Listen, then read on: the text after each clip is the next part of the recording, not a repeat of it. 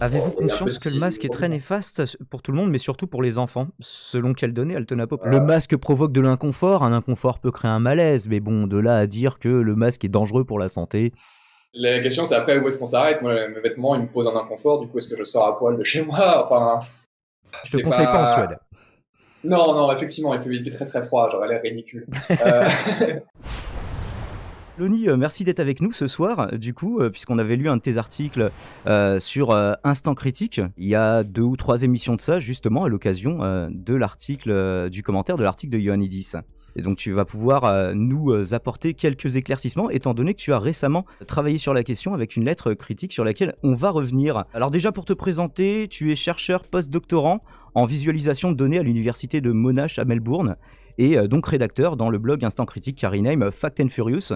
Est-ce que tu pourrais commencer par nous expliquer en quelques mots, ce qui va être dur, l'objet de tes recherches, justement? je suis effectivement bientôt à Monash. Je ne suis pas encore en Australie. Je suis un peu coincé en Suède à cause de la situation Oui. Covid. Donc, j'étais avant employé en Suède. C'est pour ça que j'ai pu faire cet article aussi sur la Suède et un peu de debunking autour. Mon sujet de recherche au départ, pendant que j'étais en thèse, ça se focalisait pas mal sur comment visualiser des données 3D assez complexes, des données de médecine, des données de mécanique des fluides et comment interagir avec. Après la thèse, du coup, je suis venu en Suède. J'ai commencé à bosser plus sur des questions de visualisation de données plus abstraites, donc avec des cartes par exemple, comment visualiser des populations et d'autres statistiques, etc. Et je me suis intéressé beaucoup aussi à la communication de résultats statistiques dans les travaux de chercheurs, pour essayer de la rendre meilleure pour les chercheurs eux-mêmes, c'est-à-dire que quand ils regardent un résultat statistique, ils le comprennent mieux, ils évitent les erreurs, mais aussi pour qu'ils puissent communiquer avec d'autres scientifiques et au final avec le public. D'accord, donc ça comprend une énorme composante statistique, du coup, l'objet de tes recherches. Je suis pas statisticien, mais ça comprend comment utiliser, ou en tout cas comment réussir à avoir un aspect graphique de résultats statistiques pour qu'on puisse utiliser correctement. Donc il y a beaucoup de choses qu'on fait dans les articles scientifiques, notamment ce qui est autour de la communication autour des valeurs P, etc., qui est pas très très bien fait. Et on a essayé de travailler récemment sur un article qui va bientôt être publié sur comment rendre ça un petit peu mieux via des techniques de visualisation de données particulières. C'était l'objet de l'article le plus célèbre de Ioannidis, la critique de la valeur de P dans les études, il me semble, justement. Ouais, il a beaucoup bossé là-dessus, effectivement, où il disait que les résultats statistiques enfin, les résultats des études scientifiques étaient probablement faux, parce que bon, tout le monde essayait d'atteindre ce résultat magique de 0,05, qui donne en général la significativité des résultats. Bon, il a pas mal travaillé sur le sujet, son article est très souvent cité, je le cite aussi moi très très souvent dans mes articles, hein, donc, je pense que j'avais regardé il y a pas longtemps, je crois que quasiment tous mes articles citent un article de Ioannidis, donc effectivement c'est un monsieur qui a fait beaucoup d'impression là-dessus, en tout cas. Et cette citation a beaucoup contribué à sa renommée. J'imagine qu'on va pouvoir y revenir. Depuis la pandémie, du coup, tu as orienté tes recherches par rapport à ça, j'imagine. Et depuis, est-ce que tu bosses plus précisément dessus et depuis combien de temps? Pas officiellement, hein, c'est pas mon sujet de recherche, Covid ou la visualisation de Covid, c'est pas du tout mon sujet de recherche. J'essaie de m'en éloigner, je l'ai fait plus par hobby au départ, et puis je me suis intéressé beaucoup à ce qui était fait sur les réseaux sociaux, parce qu'évidemment, on a tous profité de ce moment, on était tous coincés à la maison pour essayer de s'évader un peu via les réseaux. J'ai pu voir pas mal de trucs qui étaient un petit peu catastrophiques dans la communication qui était faite de résultats scientifiques, donc je me suis intéressé un peu plus. Et après, ben voilà, il y a des choses via l'éducation qu'on a en université, via les cours, les articles qu'on lit. On peut lire un article même quand c'est pas exactement son domaine. Donc c'était le cas de l'article de Ioannidis. Hein. Je suis pas épidémiologiste du tout, mais j'ai travaillé avec des épidémiologistes pour répondre à ça justement, dont Antoine Flau, qui est très connu. Et qui est ton co-auteur justement sur cette lettre. Exactement, exactement. Et qui est un co-auteur aussi pour une autre lettre qu'on a soumise à NEJM récemment, au mois de janvier. On attend toujours la réponse là-dessus, mais donc on a travaillé là-dessus. Voilà, il y a des critiques qu'on peut faire basées simplement sur la façon juste dont l'article est fait, dont les contrôles sont faits, etc. On n'a pas besoin d'être épidémiologiste pour le faire. Mais on peut revenir là-dessus. Je pense que ce sera un gros point à débunker plus tard. Oui, j'en profite pour partager justement l'abstract qui est déjà disponible de la lettre que tu as faite avec Gideon Meyerowitz-Katz et justement Antoine Flau. Normalement, il n'y a pas d'abstract en fait officiel dans les lettres à l'éditeur. Oui, ça m'a surpris. Et c'est parce que l'article n'est pas encore officiellement publié, donc il n'y a pas eu de copy editing fait encore dessus. Ce qui fait que finalement, on se retrouve avec le site web qui est fait comme ça. Il prend les premières parties de l'article. Le premier paragraphe, ouais. Exactement. C'est Donc en une fait, question de il mise n'y a en pas page. d'abstract normalement, on dit juste, voilà, on a bien lu cet article, on voudrait présenter des critiques, et on présente 4 et 5 critiques. Elle est déjà publiée, je crois qu'elle était en cours d'acceptation, comme où en est le statut justement. Elle est acceptée maintenant, elle est en cours de copy editing, donc ça prend un temps variable, hein. Ça peut prendre une semaine à un mois, mais voilà. Il y a une version pré-copy editing qui est accessible sur le site via, malheureusement, paiement, parce que tout n'est pas open access. Mais il y aura bientôt le preprint en ligne, je l'ai soumis à un serveur de preprint, donc ça devrait bientôt être en ligne gratuitement, sans le format du journal qui est mis pas autorisé sur les serveurs de preprint, pas avant l'année prochaine. Voilà, donc avec la présentation un petit peu plus complète de la lettre et ses références évidemment sur lesquelles on reviendra. Pourquoi précisément ce papier d'Ioannidis plutôt que d'autres? Je me souviens plus si je t'ai posé la question. Pourquoi on s'est intéressé à celui-là? Parce qu'il a fait beaucoup la une de pas mal de trucs, hein, donc des journaux, des réseaux sociaux, il était partagé partout, il a été partagé plus de 27 000 fois sur Twitter, c'est 27 000 fois. Impressionnant. Donc. Ouais, je peux retrouver les stats hein, si ça intéresse du monde. En fait, il y a un outil qui s'appelle Altmetric qui permet de voir quand et comment les articles scientifiques sont utilisés, puisque chaque article scientifique a ce qu'on appelle un DOI, donc un identifiant d'objet digital. Et via ce DOI-là, en fait, Altmetric, qui est un service payant, va traquer où les articles sont partagés, etc., etc., etc. Et moi, j'y ai accès via Monash, du coup, donc j'ai pu regarder récemment. Et effectivement, on est à 27 000 et quelques partages sur Twitter, 40 et quelques journaux qui en ont parlé, beaucoup de blogs, etc. Donc on peut voir tout ça, on peut voir les vidéos, ça peut se faire pour tout article. Et en fait, ces pages-là sont accessibles gratuitement pour tous. C'est juste l'utilisation plus poussée de leur base de données qui est payante. C'est le papier le plus partagé sur l'efficacité des mesures qui ont été prises? C'est une bonne question, je ne sais pas. Je peux vérifier et donner les données plus tard si tu veux. Parce qu'il y a eu pas mal d'articles hein, finalement sur ce qui s'appelle les NPIs, donc les Non-Pharmaceutical Interventions, donc les interventions non pharmaceutiques. Il y a eu énormément de publications dessus et de discours dessus. Je pourrais regarder si tu veux sur les 4-5 principaux pour voir ce que ça donne. Tu avais notamment beaucoup parlé de Browner et al. En la matière, mais je crois pas que ça a été aussi largement partagé, effectivement. Non, et l'article est aussi beaucoup plus complexe. L'article de Browner et al. C'est une des critiques qu'on a eues quand on a publié cette lettre, c'est pourquoi vous n'avez pas fait la même lettre pour les autres articles qui disent que le confinement fonctionne. Il y a aussi des biais, hein, ils ont déjà été énoncés par d'autres, notamment pour d'autres études, celle de Flaxman dans Nature, qui a été publiée en juin, je crois. Mais oui, effectivement, je crois que l'article a été vraiment partagé. En tout cas. Question absurde, mais que j'imagine importante pour une partie du grand public, puisque ce score, c'est ce qui est souvent mis en avant dans toute cette histoire. Ioannidis a un H-index de 211. Le tien, les auditeurs remarqueront que vous n'avez pas tout à fait le même âge non plus, est de 8. Lonnie Besançon, es-tu jaloux de son H-index? Et cette mesure est-elle pertinente pour déterminer la pertinence de quelqu'un à s'exprimer sur un sujet donné? Oui, le mien est de 8, effectivement. Donc déjà, pour expliquer à tout le monde ce que c'est le H-index, hein, pour ceux qui n'ont pas vu la vidéo du professeur Raoult encore là-dessus. Donc le H-index, c'est une mesure qui va dire, si j'ai un H-index de 8, ça veut dire que mes 8 articles les plus cités ont été cités au moins 8 fois. Celui de Ioannidis de 210, ça veut dire que ces 210 articles les plus cités ont été cités au moins 210 fois. C'est assez impressionnant, effectivement. Alors après, est-ce que le H-index est une bonne mesure? Il y a énormément de publications là-dessus, en fait. Les chercheurs aiment beaucoup regarder comment fonctionne la recherche, le monde académique. Donc il y a beaucoup de recherches faites là-dessus sur comment on mesure la qualité en sciences, comment on mesure la qualité d'un scientifique. Et le H-index, évidemment, est une des mesures de ça. Évidemment, il y a beaucoup de critiques de ce H-index, comme toutes les mesures, quand on essaie de les utiliser à n'importe quel escient, au bout d'un moment, on se rend compte que finalement, la mesure ne va pas exactement capturer ce qu'on veut. Un article, il peut être cité pour énormément de raisons. Il peut être cité parce que les résultats sont intéressants et qu'ils vont aider d'autres scientifiques. Ou alors, par exemple, il pourrait être cité pour dire ces personnes-là, ils ont fait ce travail-là, mais par contre, ils n'ont pas pris en compte les travaux d'un autre. Et nous, c'est ce qu'on va faire là. Et donc, dans ce cas-là, ça montre juste une des limites de l'article en question qui est cité. C'est pas une mesure d'excellence. Ça veut pas dire qu'un article n'est pas cité parce qu'il est excellent. Il est cité parce qu'il est intéressant pour ce qu'on veut démontrer. Donc, le H-index, c'est une mesure qui est évidemment biaisée sur plein de facteurs.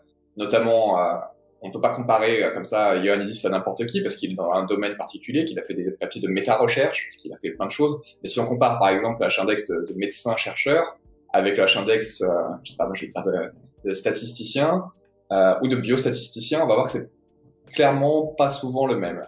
Les médecins publient énormément, ils ont plein de case study reports, ils ont plein de choses comme ça qui sont citées en pagaille.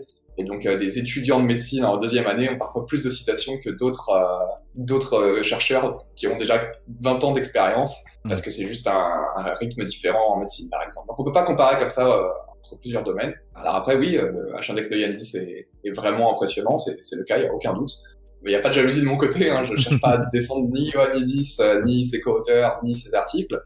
L'idée, c'était de dire, bon, voilà, dans l'article qu'il a écrit là sur le confinement, c'est des données intéressantes, on les prend. Après, par contre, il y a plein de biais dans l'étude qui font qu'on ne peut pas conclure aussi fortement qu'ils l'ont fait, et c'est ce qu'on voulait mettre en avant. Ouais. On ne dit pas que l'étude allait à jeter, on ne dit pas qu'il faut retirer le papier, on ne dit pas que c'est tout pourri, on dit juste, attention, il y a énormément de biais qui font que les conclusions sont bien trop fortes par rapport au niveau de preuves qu'ils ont, en fait. Et on aura l'occasion d'y revenir. Et juste pour conclure sur le H-index, est-ce que... Ouais. Alors déjà, je crois que c'était en remplacement d'une mesure précédente qui c'était là pour corriger certains biais, et enfin en tout cas pour les amoindrir, pour déterminer la valeur d'un chercheur parmi ses pairs. Mais est-ce que c'est pas devenu finalement une cote de popularité quelque part ? Si, bah oui, complètement, ça l'est. Alors en fait, c'était effectivement pour retirer le côté, parce qu'avant les gens regardaient le nombre de papiers publiés ou le nombre de citations. Le nombre de citations, il peut être énormément influencé par un seul article, par exemple. Et ça, c'est problématique. Tu peux publier un article comme celui d'Ioannidis sur 50% des articles scientifiques qui ont des faux résultats. Ça va être cité des centaines de milliers de fois. Mais si tes autres articles sont jamais cités, bah t'as peut-être fait qu'un seul article qui est influent, et du coup, le nombre de citations n'est pas une mesure qui va vraiment capter à quel point ce que tu fais est influent sur la recherche. Donc c'est pour ça qu'on a pensé au H-index. Il y en a d'autres, des mesures qui existent que celle-ci, mais c'est celle-ci qui marche le mieux, en tout cas qui est utilisée le plus souvent. Et c'est effectivement utilisé comme une cote de popularité un petit peu. Je sais que c'est utilisé dans les comités de recrutement parfois. Hein. S'il y a plusieurs candidats qui postulent, on va regarder, ah bah tiens, pour faire une première sélection, en tout cas c'est sûr. On regarde, ah bah ouais, lui son H-index c'est 3 fois celui de l'autre. Vu que c'est des gens du même domaine, ça inspire en général quelque chose, ou en tout cas ça peut pousser à regarder un peu plus pour un candidat plutôt qu'un autre. Alors après, est-ce que ça veut dire que c'est absolument tout ce qu'il faut regarder ? Non, c'est une mesure biaisée pour plein de raisons et il faut garder ça en tête. Ouais, c'est la moins pire des mesures qu'on ait encore aujourd'hui, même s'il y en a sûrement d'autres métriques à inventer. Et pour qu'il n'y ait pas de confusion, le score SIGAPS, la différence, c'est lié aux hôpitaux, aux instituts, je crois ?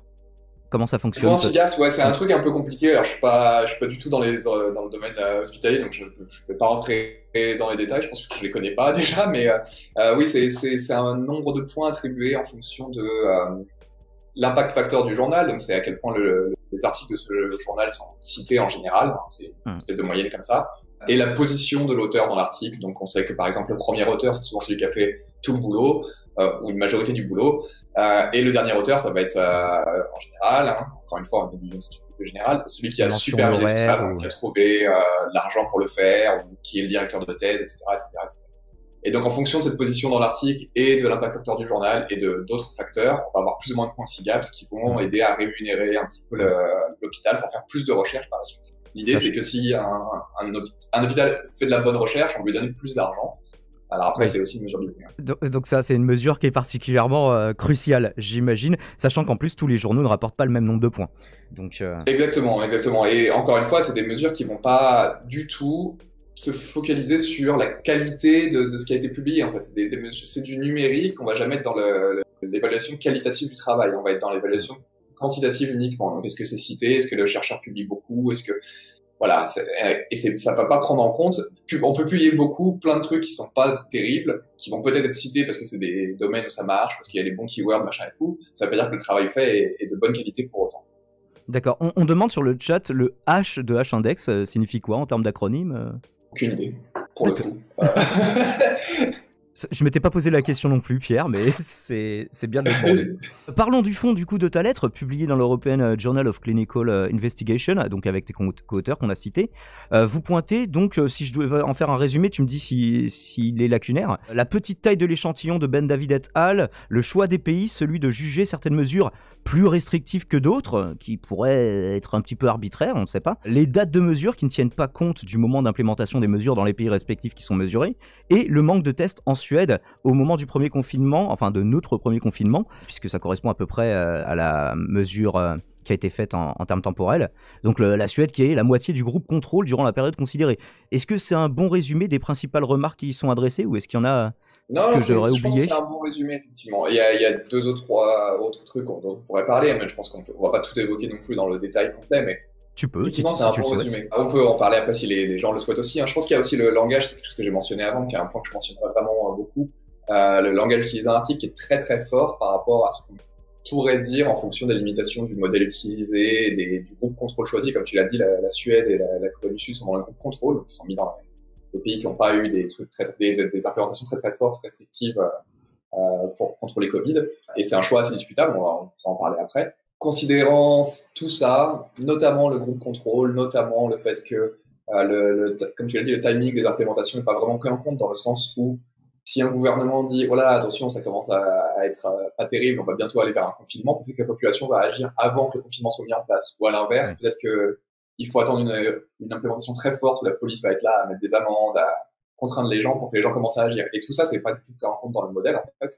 Et donc, vu qu'on a eu un échantillon très petit de pays dans leur modèle, tous ces facteurs confondants-là vont avoir une influence assez majeure finalement, et donc potentiellement complètement fausser les résultats. Est-ce qu'on pourrait estimer que répandre des fientes de poulet sur des parcs municipaux, c'est des mesures restrictives? Ouais, c'est une bonne question, hein, parce que c'est vrai que ça s'est fait en Suède, effectivement. Après, c'est incitatif, mais bon, c'est plus que voilà, restrictif.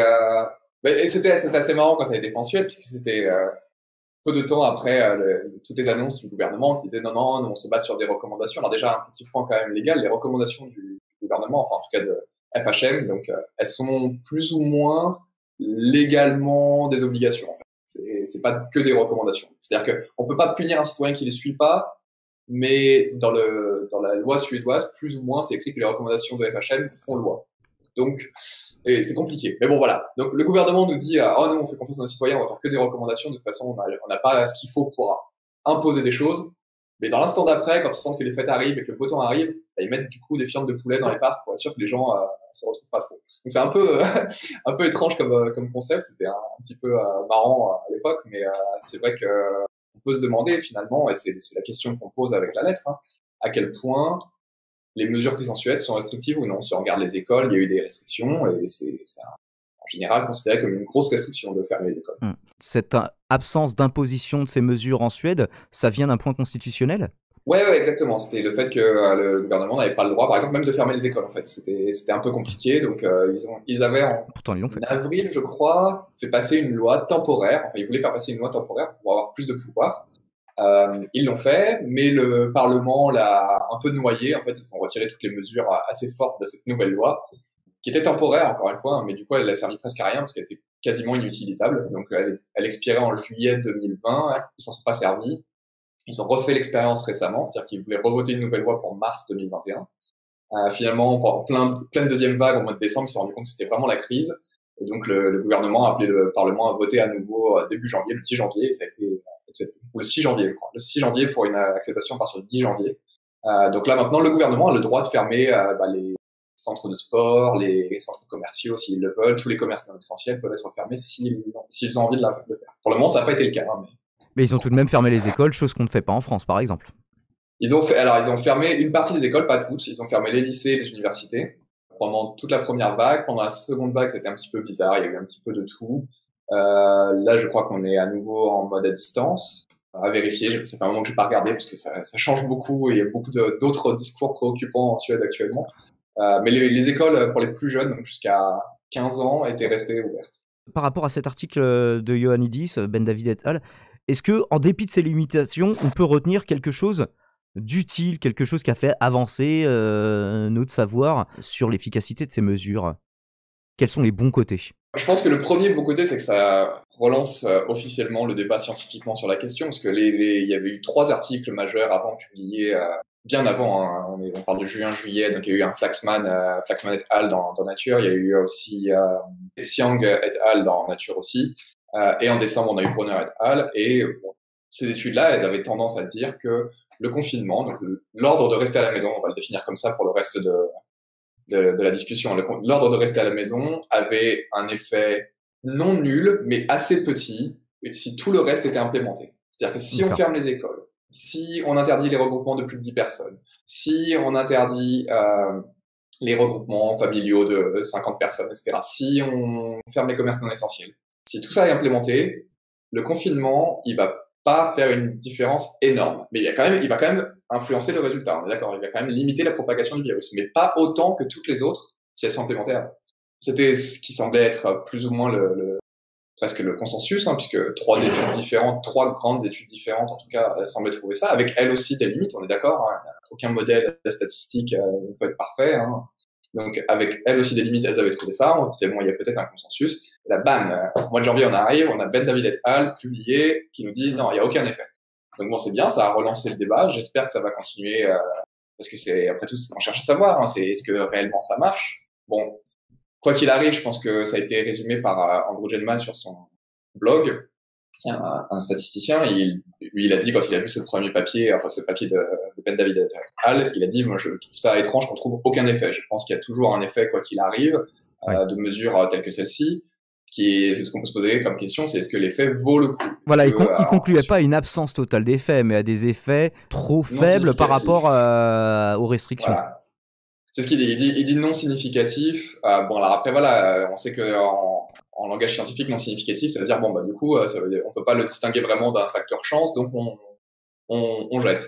Je pense que c'est pas le cas. Je pense qu'il y a un effet. Il est certainement mineur, comme on dit les études d'avant. Après, la question, c'est effectivement, est-ce que ça vaut le coup, et surtout, est-ce que ça vaut le coup aujourd'hui? Est-ce que maintenant qu'on a une propagation vraiment partout, on a vu les pays comme l'Australie, la Nouvelle-Zélande qui ont confiné très fort dès le début, qui sont aujourd'hui sans Covid. Est-ce que eux, ils ont fait dès le début, ils ont attaqué très très fort, ils ont réussi. Est-ce que pour nous, ça vaut le coup aujourd'hui de confiner très fort comme eux ils l'ont fait? C'est une question qu'il faut vraiment se poser. Et moi, c'est ce que j'aimerais que la recherche attaque plus que est-ce que le confinement a des... La situation insulaire a peu joué aussi. Après, Exactement. C'est ce qui est compliqué, c'est que c'est forcément multifactoriel et c'est dur d'attribuer à une seule mesure un effet. Et justement, c'est pas une question que j'avais prévue. Les personnes s'interrogent sur les preuves de l'efficacité d'un confinement, mais est-ce qu'on peut vraiment parler de preuves? Pour avoir des preuves, il faudrait avoir un univers temporel, une dimension alternative, une machine à voyager dans le temps. Enfin, on ne peut pas vraiment avoir de preuves en la matière, il me semble. On peut avoir seulement des indices plus ou moins forts. Exactement. En fait, voilà, une preuve, après ça dépend ce qu'on définit comme preuve, hein, et tout est là-dedans, mais on peut voir un effet, on peut voir quelque chose, c'est ça qu'on va appeler une preuve dans le langage scientifique, c'est-à-dire que si on voit un effet et qu'on se rend compte que cet effet-là, il est pas dû à la chance, que c'est pas dû au hasard complet, hein, bon, bah, on se dit, ok, très bien, là, on a une preuve plus ou moins forte, en fonction de la valeur de P, souvent, c'est ce test-là qu'on fait, hein, de l'efficacité de quelque chose, d'un médicament, peu importe. Hein. Pour le confinement, c'est la même question, c'est-à-dire que bon, bah, on peut voir, est-ce que, là, on a l'impression que ça fait baisser, la contamination, le R, peu importe, les décès, on peut regarder plusieurs choses, hein. Les décès, ça semble un peu bizarre, mais on peut regarder les décès aussi, de façon significative, donc c'est ce que vont faire beaucoup de chercheurs, avec ce fameux P inférieur à 0,05. Donc voilà, on peut regarder et trouver des preuves plus ou moins fortes en fonction de cette valeur de P-là. On peut aussi à la fin, parce que c'est une seule étude donne rarement la vérité, surtout pour des problèmes multifactoriaux comme celui-là, hein. Il va falloir plusieurs, chacun avec leurs limites, etc. À la fin, on regarde l'ensemble des preuves disponibles, on se dit, bon, très bien, là, on peut conclure à une preuve d'efficacité ou à une absence d'efficacité, ou à une absence de preuve d'efficacité en fonction du nombre d'études qui a été fait, etc. Généralement, mais c'est très dur. Ouais. La métrique qui est retenue, qui est mise le plus en avant, c'est le nombre de morts par million d'habitants. Est-ce que ça te semble être la mesure la plus pertinente de l'efficacité de ces mesures? Le nombre de morts, est-ce qu'il est vraiment utilisé? Parce qu'il est souvent utilisé, il est utilisé par quelques études, mais il est souvent utilisé aussi pour calculer la contamination, parce que vu que les tests n'étaient pas à l'époque fiables, beaucoup d'études ont été faites en juin, il n'y avait pas de test massif, on utilise le nombre de décès pour essayer de recalculer le nombre de contaminés, pour voir l'impact du confinement sur le nombre de contaminés. Je crois que j'ai vu une des études, je sais plus laquelle c'est, qui utilise le nombre de décès. Le truc, c'est que oui, ça marche tout le temps. Tant qu'on n'a pas de vaccin introduit dans la population pour essayer de sauver, ça marche de regarder ça. Le truc, c'est qu'il faut après prendre en compte dans les résultats. Et c'est toujours le problème qu'on a quand on parle de Covid et de l'impact des mesures. Il y a toujours un lag, en fait. Hein. C'est-à-dire que si demain le confinement a un impact sur la répartition de Covid, donc on imagine, on met en place d'un coup de main des mesures super restrictives partout dans le monde en même temps, il va falloir 1 à 2 semaines pour que ça fasse réellement baisser le nombre de cas, parce qu'il y a des gens qui vont devenir non malades, etc. Et ça va prendre du temps. Et ensuite, forcément, vu que ces gens sont plus malades et qu'ils ne contaminent plus d'autres personnes, 3 à 4 semaines plus tard, forcément plus, on verra que les décès vont diminuer aussi. Et ça prendra du temps. Et donc, quand on fait des analyses simples, quand on n'est pas dans les modèles statistiques qui sont pas dans les études, mais quand on regarde simplement les graphes, juste dire, regardez, là, on voyait que ça diminuait avant le confinement, machin et tout. Alors, après le confinement, ça continue d'augmenter, etc. C'est pas des mesures qui sont fiables tout de suite. C'est-à-dire qu'on peut pas regarder à l'instant T, quand le confinement est posé, est-ce que ça a fonctionné ou non. Sans un certain lissage, c'est dur de l'appréhender, j'imagine. Exactement. Faut lisser et laisser un petit peu de temps parce qu'on sait que c'est quelque chose qui va prendre du temps, hein. Si demain on met tout ça en place d'un coup, bah, on sait très bien que le nombre de cas va pas diminuer juste parce qu'on l'a mis en place. Il faudra attendre. Et c'est ça qui est assez étrange, c'est-à-dire que le confinement, l'idée d'un confinement, c'est de réduire les interactions entre personnes, donc de réduire le nombre de personnes qu'une personne X va rencontrer au cours de la journée, quoi. C'est un petit peu l'idée. On parle encore une fois de mesures strictes, hein, de l'ordre de rester à la maison, pas un couvre-feu, pas tout ça. Mais donc si on dit, voilà, vous restez à la maison, vous sortez plus, on rencontre forcément moins de personnes, voire quasi pas du tout. Donc forcément, la propagation d'un virus, bah, elle est fortement réduite, il n'y a aucun doute là-dessus. La question plutôt, c'est vraiment, est-ce que ça vaut le coup de le faire? À quel point ça impacte Covid? Parce qu'il y a quand même des gens qui doivent aller travailler pour être dans les commerces essentiels, etc. Donc, c'est une question complexe à ce niveau-là. Mais si on imagine le scénario de l'apocalypse de zombies qui doit parler à tout le monde, si d'un coup on arrive à se mettre sur une île où on ne croise plus personne et que tous les autres sont contaminés en dehors de cette île, bah, nous on sera peinards. Si on arrive dans un endroit où il y a pas mal de contaminés, mais on arrive à se barricader dans une maison, bon, on sera pas contaminé, sauf si on sort de la maison et qu'on se fait attraper, griffer, mordre, peu importe. Et là, du coup, on pourra contaminer. Et en rentrant chez nous, on va contaminer les autres aussi. Alors, qu'en est-il de ces fameuses contaminations intrafamiliales que le confinement aurait favorisées? J'ai du mal à comprendre l'argument, en fait. C'est-à-dire que si les gens rentrent chez eux malades, forcément, ils vont contaminer leur famille. Mais du coup, où est-ce qu'ils ont eu la maladie au départ? C'est là la vraie question. Alors, sauf si tu fais une quarantaine, si les gens sur suspicion, tu les mets en quarantaine, il y a moins de risques de contamination intrafamiliale. Exactement. Et en fait, c'est ce qui se passe en Australie. Hein. J'essaie d'y aller, je suis bien placé pour en parler. Au moment où je me poserai, si un jour j'arrive à décoller déjà, il faudra que je passe pour une quarantaine de 14 jours et c'est pas moi qui choisis où je vais, machin et tout. C'est-à-dire que je vais me poser, on va m'emmener dans une chambre, on va me dire voilà, tu restes ici 14 jours, à la fin on fait un test et puis on voit. Et c'est tout. Et t'as pas le choix et tu dois payer, c'est à tes frais, etc., etc., etc. Donc, ça, c'est comme ça que eux, ils font fonctionner ça. Ils arrivent à recevoir près de 300 résidents par semaine australiens ou des gens qui ont un permis de résidence. Et ça fait pas augmenter leur nombre de cas Covid de façon trop dramatique. Il y a des petits pics ici et là, hein, mais ils gèrent bien le truc. Et c'est comme ça peut-être qu'on aurait dû faire dès le début. Après, on n'est pas une île en France, on n'est pas une île en Suède non plus, ni ailleurs en Europe. Bon, le Royaume-Uni est une petite exception, mais ils sont très bien connectés avant le Brexit. Donc c'est forcément compliqué. Je vois pas trop l'argument de la contamination familiale que le confinement favoriserait. C'est-à-dire que si rester avec ma famille sans sortir, ça m'aide à les contaminer, c'est-à-dire que je l'avais avant. Et si je l'avais avant, de toute façon, à partir du moment où je vais chez moi et que je vais y passer mon dîner et dormir, etc., bah, j'aurais de toute façon contaminé ma famille. Oui. Je suis pas sûr de voir l'argument ici. Je l'ai vu plusieurs fois sur les réseaux sociaux, mais c'est... Bah, c'est-à-dire que c'est pour ça que je parlais de quarantaine, ce serait valable si à la place du confinement on mettait simplement des quarantaines pour tous les cas suspects ou éventuellement pour des cas contacts. Mais si l'alternative c'est juste pas de confinement, les gens continueraient de se contaminer au sein de leur foyer familial. Je vois pas tout pareil quoi. Exactement. Et le souci de la quarantaine seule, c'est-à-dire que si on isole juste les gens malades ou les cas contacts, on a le souci que ces cas contacts-là, ils peuvent pas s'isoler n'importe où, on va pas les mettre dans un hôtel à part, on n'a pas la logistique pour le faire. Donc ils vont finalement s'isoler chez eux, là ils vont contaminer leurs proches qui eux sont au départ sains, potentiellement, hein, le temps qu'on détecte, il y aura toujours un petit lag, et du coup ils vont sortir, contaminer d'autres, etc. Donc la quarantaine seule, ça pourrait marcher si on avait contrôlé la situation dès le départ. Mais là on n'en est plus à ce cas-là, on a des milliers de cas par jour, on a 300, 400 morts par jour en France, bon voilà. Clairement passer le cap où on pourrait faire ça. Dans ce papier, quel pays il aurait été intéressant de comparer et pourquoi, puisque c'est une partie de la critique? Ouais, alors, effectivement, c'est une partie de la critique. On a le groupe contrôle qui a été pris, donc on l'a dit, il y a 10 pays dans l'étude, 8 pays qui ont eu des mesures, selon les auteurs, très restrictives, et 2 pays qui ont eu des mesures, selon les auteurs, encore une fois, moins restrictives. Ils ont fait ces 2 groupes-là. Donc le groupe des mesures moins restrictives, c'est la Corée du Sud et la Suède. Alors on le critique nous dans la lettre, on dit que c'est assez gênant pour 2 raisons. La première, c'est que la Suède, on l'a dit tout à l'heure, elle a quand même un peu fermé ses écoles, hein, pas toutes, mais il y a quand même eu des fermetures d'écoles. La notion de restrictif et moins restrictif, c'est basé sur quoi réellement? On sait pas vraiment. Est-ce que c'est juste le fait qu'ils n'ont pas eu l'ordre de rester à la maison? Potentiellement, très bien.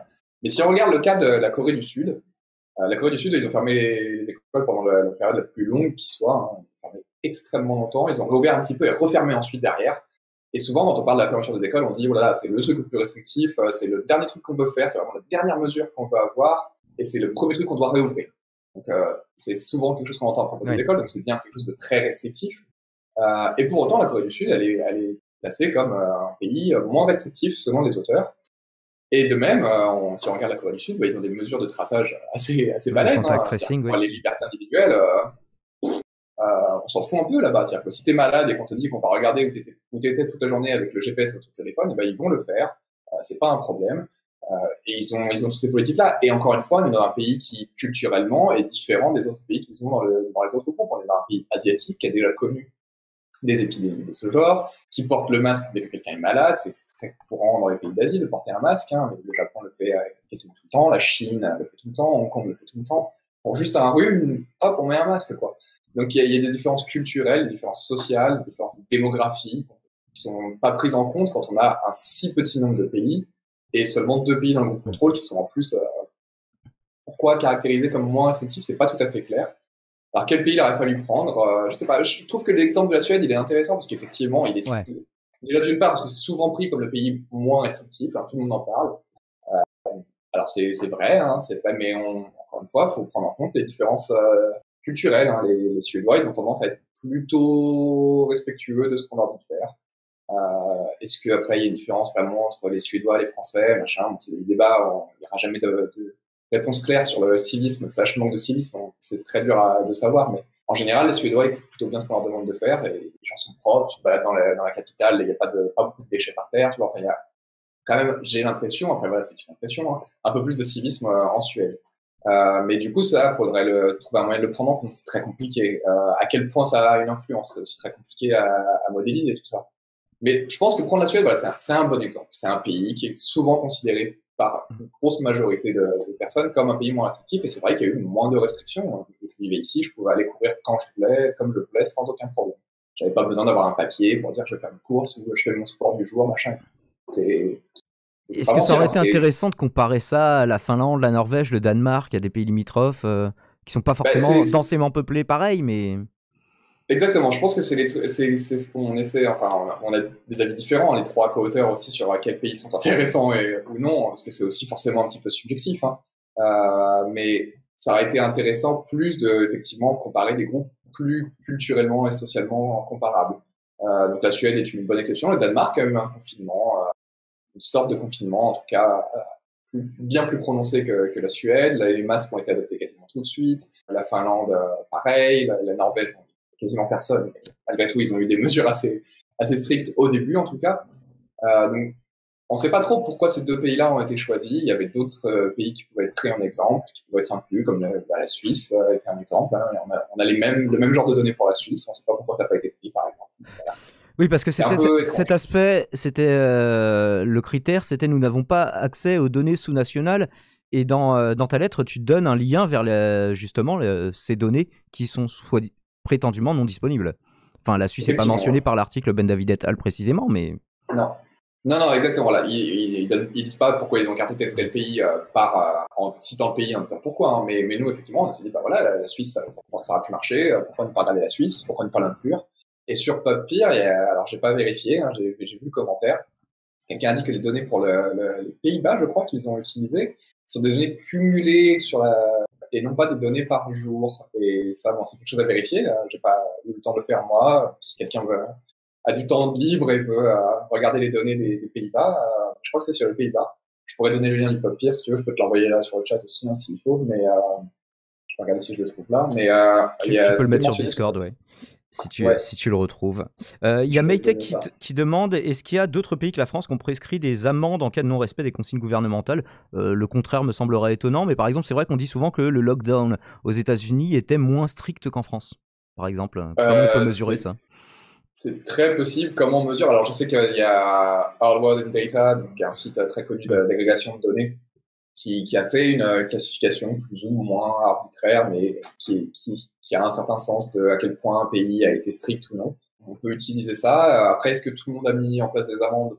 Très difficile à dire. Je pense que ça a été le cas dans pas mal. J'ai pas de données dessus, mais je pense que ça a été le cas.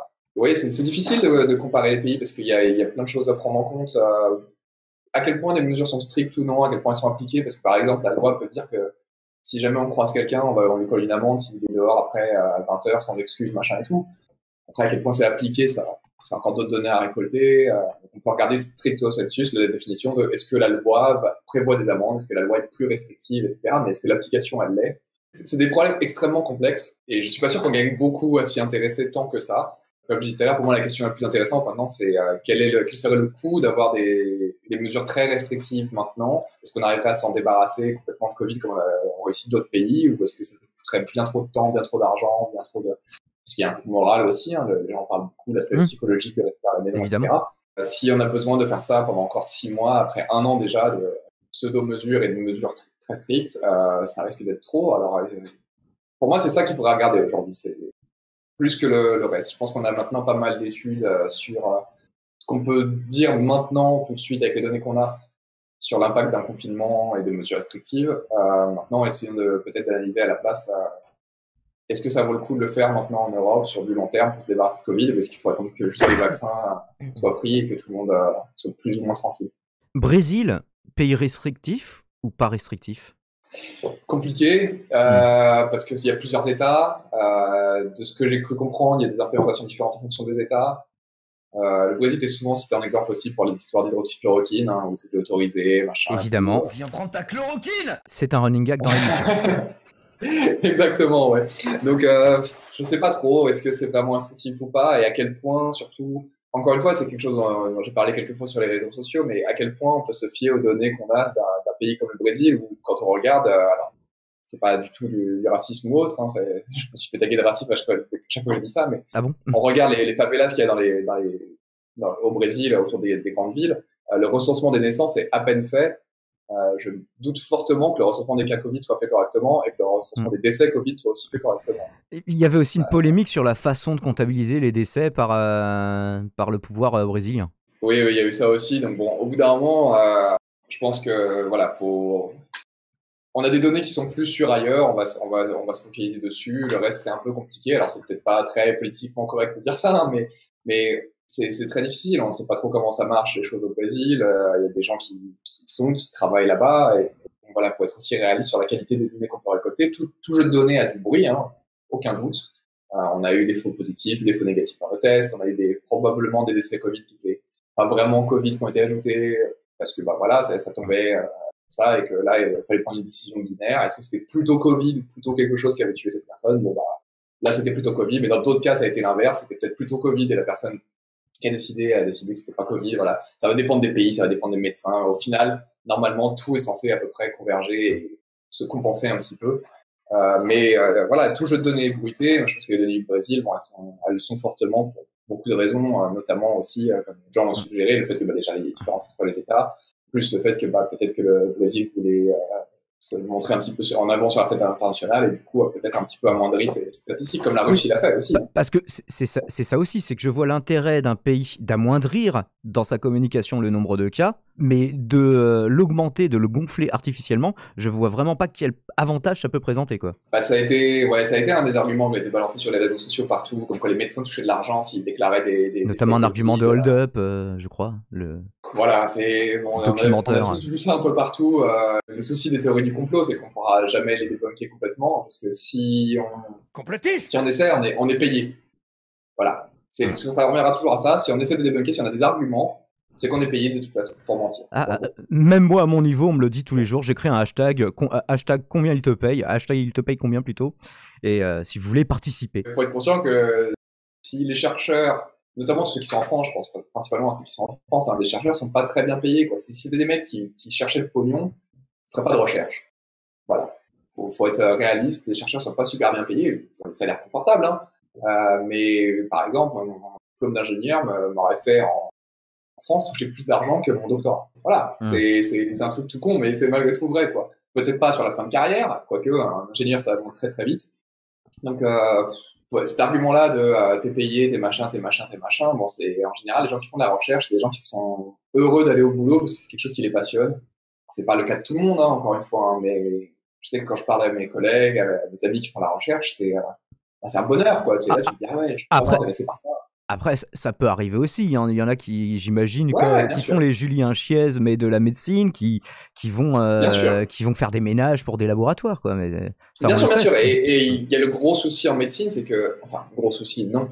C'est-à-dire que il y a les essais thérapeutiques vont être sponsorisés par les labos qui ont fait les médocs. C'est plutôt logique hein, quand on y pense. Et donc c'est ce qu'on appelle les conflits d'intérêt ou les liens d'intérêt, selon la nomenclature que les gens veulent utiliser. Il y a des différences entre les deux, on va pas s'étaler là-dessus, mais effectivement, un labo va dire, bah voilà, un labo a tout intérêt à tester son produit déjà pour savoir s'il fonctionne.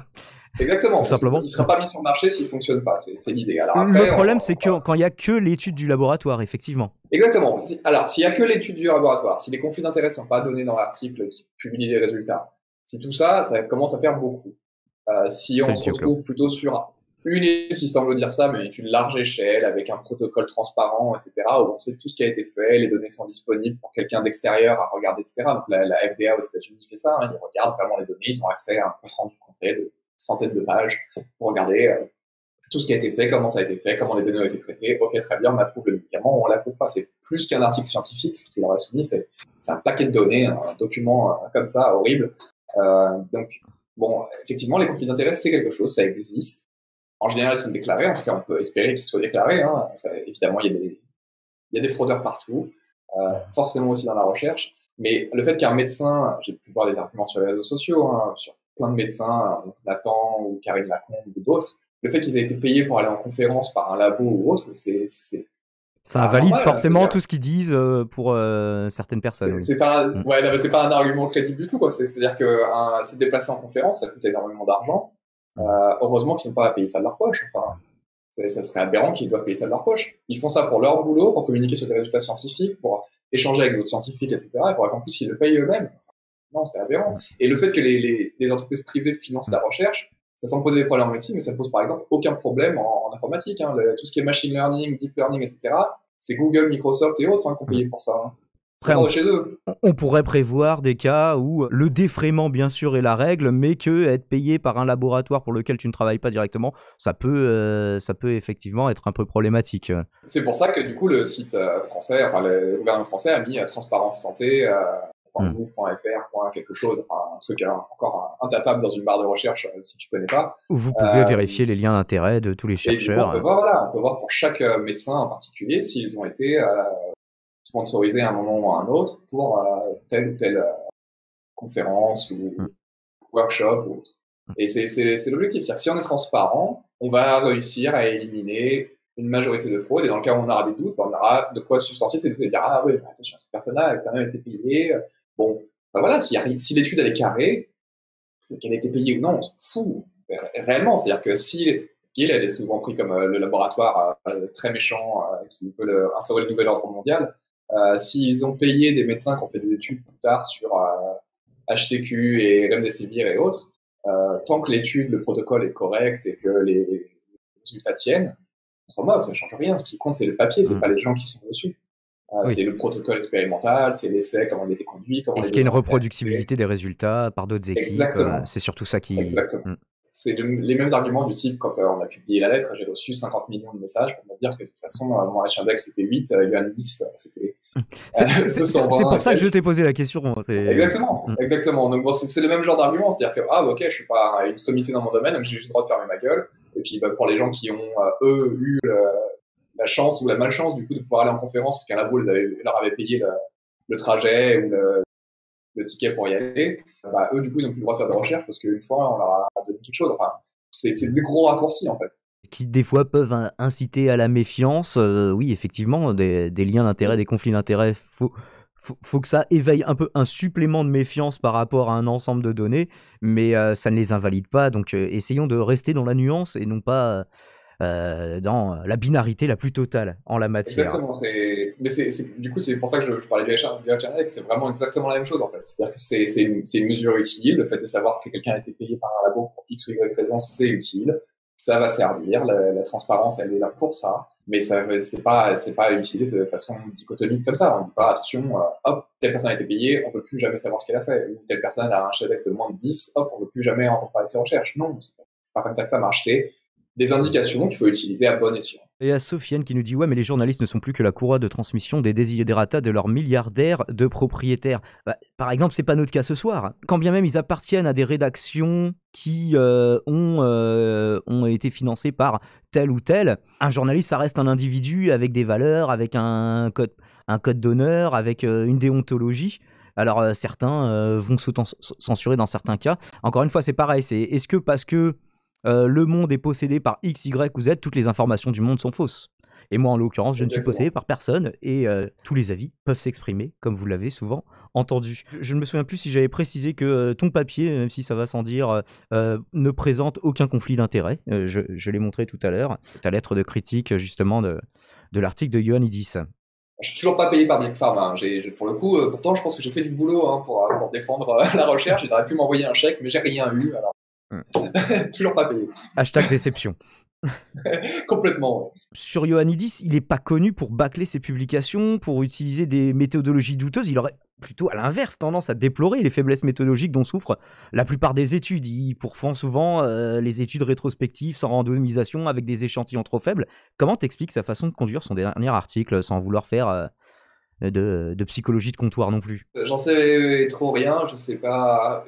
On sait pas non plus quel a été réellement son rôle dans l'article. Bon, il y a les contributions qui sont précises dans l'article, hein, mais je veux dire, on sait pas exactement ce qui a été fait, à quel moment il a décidé de contribuer ou pas. C'est vraiment difficile. Alors, il avait déjà été plus ou moins polémique au début de la crise quand il a dit ça fera 10 000 morts et puis voilà. Oui. Enfin, il y avait eu plein d'histoires comme ça. Alors je sais même pas s'il a exactement dit ça non plus. Je pense qu'il y a eu des raccourcis de tous les côtés de toute façon. J'ai retrouvé la citation exacte. Je vous renvoie à la vidéo sur le confinement justement. Ouais, parce que je pense qu'il y a eu pas mal de trucs. Bon, ça a été forcément repris par tout le monde et exagéré aussi. Mais bon, voilà, quoi qu'il arrive, voilà, il avait déjà fait la une depuis Covid pour des affirmations un petit peu étranges. Là, en ce qui concerne cette étude, ouais, je sais pas trop, j'arrive pas à comprendre. Alors, on sait qu'un des auteurs a signé la Great Barrington Declaration, donc qui est la déclaration pour dire on met que les faibles de côté et tous les gens qui sont pas dans les comparisons qui vivent normalement. Donc, il a un intérêt politique personnel, lui, à vouloir ça, puisqu'il a signé ça. Après, encore une fois, voilà. Moi, ça me fait pas rejeter l'étude comme ça en disant ah il a signé ça. Attends, c'est donc forcément c'est faux, oui. Non, voilà, c'est juste on sait ça, c'est un fait, on le sait. Voilà. Après, du coup, peut-être qu'on regarde un peu plus ce qui a été fait. Peut-être qu'on va questionner un peu plus ce qui a été fait. C'est peut-être ça l'approche logique à avoir. Mais ça me fait pas rejeter la lettre juste parce qu'un des auteurs a signé la Great Barrington Declaration. C'est vraiment pas l'objectif. Pour Ioannidis, j'ai pas d'idée. J'ai l'impression que ça ressemble pas à sa façon de faire habituelle, c'est ça qui me surprend, mais après je ne connais pas particulièrement non plus l'exhaustivité de ses travaux, mais j'ai essayé de regarder à côté de ça m'a surpris quoi. Ouais, c'est le même souci pour moi, je cite quelques-uns de ses articles, très souvent en tout cas, et j'en ai lu quelques-uns du coup puisque je les cite, mais je connais pas du tout son répertoire, il est énormément publié, j'en sais rien, je suis pas non plus de son domaine pour évaluer l'ensemble de ses travaux et avoir...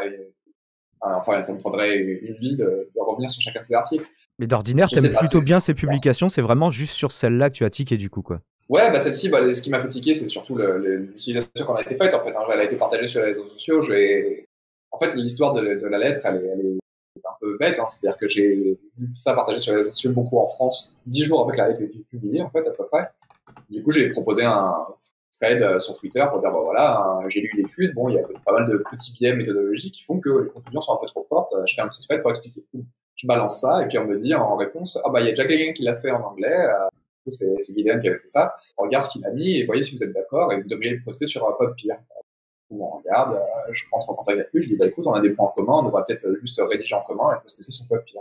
Ce qu'on a fait, puis après on s'est dit PodPeer c'est bien, mais ça n'aura pas l'impact d'un article publié, et on ne peut pas publier l'article parce qu'on n'a pas de données, mais on pourrait peut-être répondre simplement à l'article. Et donc, on a décidé de faire la lettre, et on s'est mis en contact avec Antoine Flao, du coup, qui est devenu notre co-auteur aussi, pour mettre tout ça en place et avoir quelque chose à soumettre à l'éditeur pour dire, là, on a lu cet article-là, on le trouve intéressant, c'est bien que ça lance le débat, mais voilà, nous, on trouve qu'il y a ces points méthodologiques-là qui sont un petit peu, c'est assez bancal, quoi, du coup, on voudrait en parler, et en tout cas avoir une réponse, on espère, des auteurs là-dessus. Il y a Pierre qui nous dit aussi, je comprends pas comment un an plus tard, personne n'est capable de savoir si le confinement est utile ou pas. Comme on disait tout à l'heure, le problème, c'est d'avoir quel niveau de preuve tu veux obtenir. On peut avoir des ensembles d'indices, des faisceaux d'indices, on disait tout à l'heure, mais c'est compliqué sans réalité, sans dimension parallèle de.